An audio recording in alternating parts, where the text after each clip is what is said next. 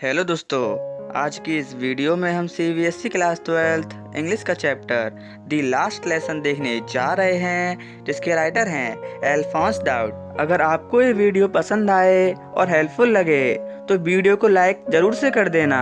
तो चलिए चैप्टर की समरी को स्टार्ट करते हैं।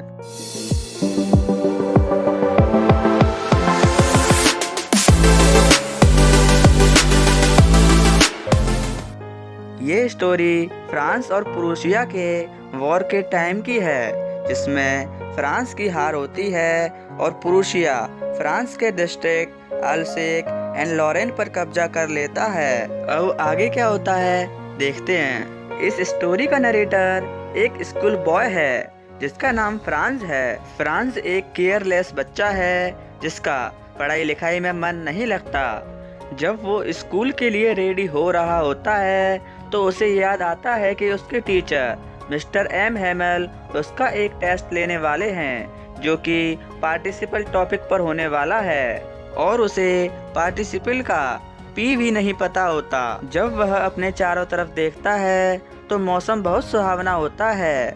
पक्षी उड़ रहे होते हैं और प्रूशियन सोल्जर ड्रिलिंग कर रहे होते हैं। ये सब देख के उसके मन में स्कूल बंक करने का ख्याल आता है, लेकिन फिर भी वो अपने आप को रोकता है और स्कूल की तरफ चल देता है। जैसे ही वो बुलेटिन बोर्ड से गुजरता है तो वहाँ पर उसे बहुत भीड़ दिखाई देती है। बुलेटिन बोर्ड यानी जहाँ से सारी बुरी खबरें आती थीं। ये सब देख के वो सोचता है कि अब कौन सी बुरी खबर आई है, और फिर उसके दिमाग में ख्याल आता है कि वो स्कूल के लिए लेट हो रहा है और वो स्कूल की तरफ भागने लगता है।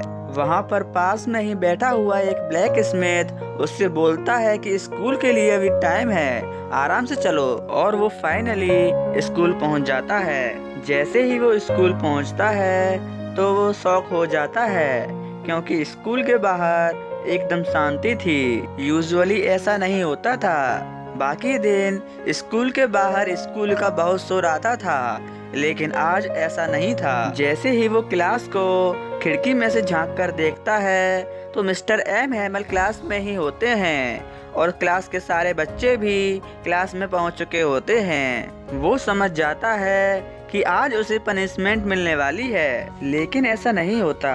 उसकी टीचर उसे बैठने के लिए बोल देते हैं। जैसे ही फ्रांस का डर खत्म होता है वो नोटिस करता है कि उसके टीचर ने ग्रीन कोट और एक कैप पहनी हुई है। इस ड्रेस को उसके टीचर इंस्पेक्शन या फिर प्राइज डिस्ट्रीब्यूशन वाले दिन पहनते थे।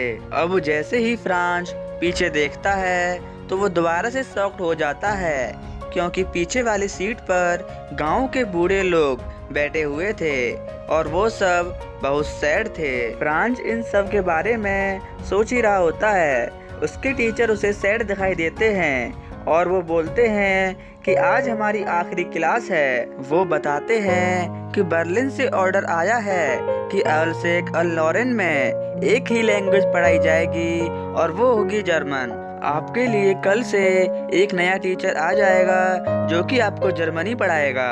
अब फ्रांस समझ जाता है कि जब वो सुबह स्कूल आ रहा था तो बुलेटिन बोर्ड पर कौन सी खबर आई थी। जैसे ही फ्रांस को पता चलता है कि आज उसकी आखिरी क्लास है तो वो परेशान हो जाता है। वो सोचने लगता है कि काश मैंने अपने टीचर की बात मानी होती और फ्रेंच लैंग्वेज सीखी होती, क्योंकि अब ना तो उसे फ्रेंच बोलना आता था और ना ही लिखना।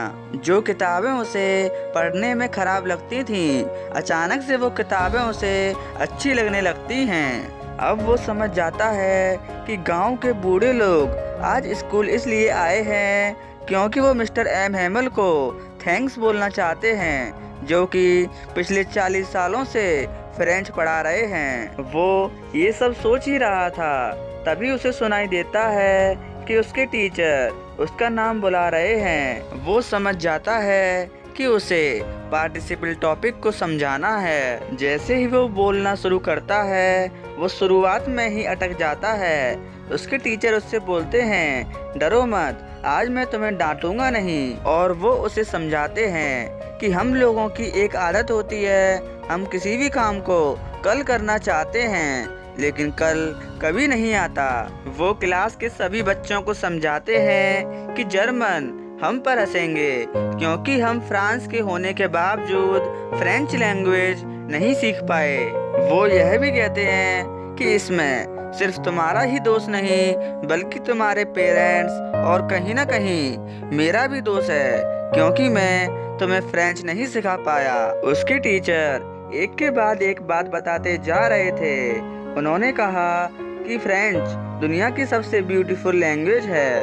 उन्होंने यह भी कहा कि अगर हम अपनी लैंग्वेज पर कमांड रखें तो हमें कोई भी देश गुलाम नहीं बना सकता। अब उन्होंने बुक निकाली और बच्चों को पढ़ाना शुरू कर दिया।